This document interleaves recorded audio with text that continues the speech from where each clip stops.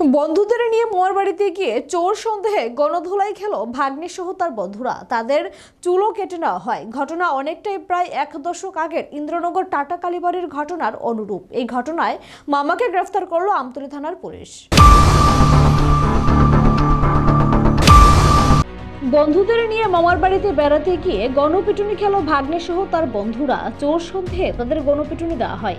শুধু তাই নয়, তাদের চুল কেটে ফেলা হয়। ঘটনা সোমবার দুপুরে আমতলী থানাধীন হাপানিয়া সংলগ্ন অশ্বিনী মার্কেট এলাকায়।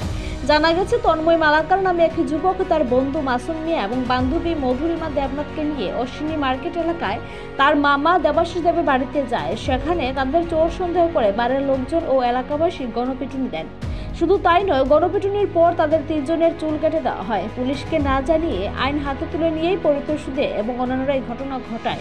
পরে মধুরিমা দেবনাথ সংশ্লিষ্ট ঘটনায় আমতলী থানায় দেবাশিস দেবের বিরুদ্ধে একটি লিখিত অভিযোগ জানান। অভিযোগ পেয়ে একটি মামলা হাতে নিয়ে ঘটনার তদন্ত শুরু করে আমতলী থানার পুলিশ। এই ঘটনায় পুলিশ দেবাশিস দেবকে গ্রেফতার করে মঙ্গলবার তাকে পুলিশ রিমান্ডের আবেদন জানিয়ে আদালতে সোপর্দ করা হয়। এদিন আমতলী থানার ওসি পরিতোষ দাস এই সংবাদ জানান। গতকাল দুপুর অনুমান 1টার সময় তন্ময় মালাকার, মাসুম মিয়া এবং মধুরিমা দেবনাথ 3 জন আপনার আপানিয়াতে গিয়েছিল দেবাশিস দেবের বাড়িতে। তারপর তাদেরকে চোর সন্দেহ করে তাদেরকে মারধর করে এবং তাদের চুল কেটে ফেলে দেয়। পরবর্তী সময়ে এই বিষয়ে মধুরিমা দেবনাথ আমাদের কাছে একটা রিটেন কমপ্লেন করে এবং এই কমপ্লেনের বেসিসে আমরা একটা কেস রেজিস্টার করি এবং এই কেসে আমরা বাড়ির মালিক দেবাশিস দেখে আমরা অ্যারেস্ট করি এবং আজকে তাকে পুলিশ রিমান্ডে আদালতে আমরা প্রেরণ করব। তার সঙ্গে আর কে কে ছিল এগুলির বিষয়গুলি জানার জন্য।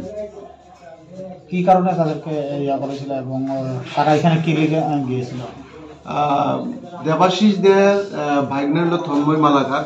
তন্ময় মালাকারের পরিচিত বাকি যে 2 জন মাসুম মিয়া এবং মধুরিমা দেবনাথ, তারা 2 জন এই সুবাদে তাদের বাড়িতে গিয়েছিল এবং তাদেরকে চুল সন্দেহ করে তাদেরকে মারধর করা হয় এবং তাদের চুল কেটে দেওয়া হয়। কি কেস নেওয়া হয়েছিল?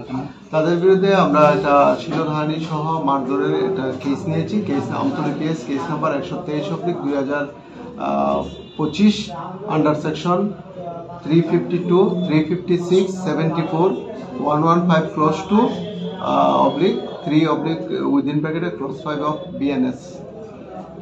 এদিন আমতলী থানার ওসি পরিতোষ দাস আরও জানান, পুলিশ বিএনএস এর 352, 356, 74, 115 এর 2 সহ অন্যান্য ধারায় মামলা গ্রহণ করে ঘটনা তদন্ত শুরু করেছে। এদিকে এই ঘটনায় বিভিন্ন মহলে বিরূপ প্রতিক্রিয়া সৃষ্টি হয়েছে। বিভিন্ন মহল থেকে এই ঘটনায় মানবাধিকার লঙ্ঘনের অভিযোগ উত্থাপন করা হয়েছে। নিজস্ব প্রতিনিধি রিপোর্ট, এশিয়ান টাইমস।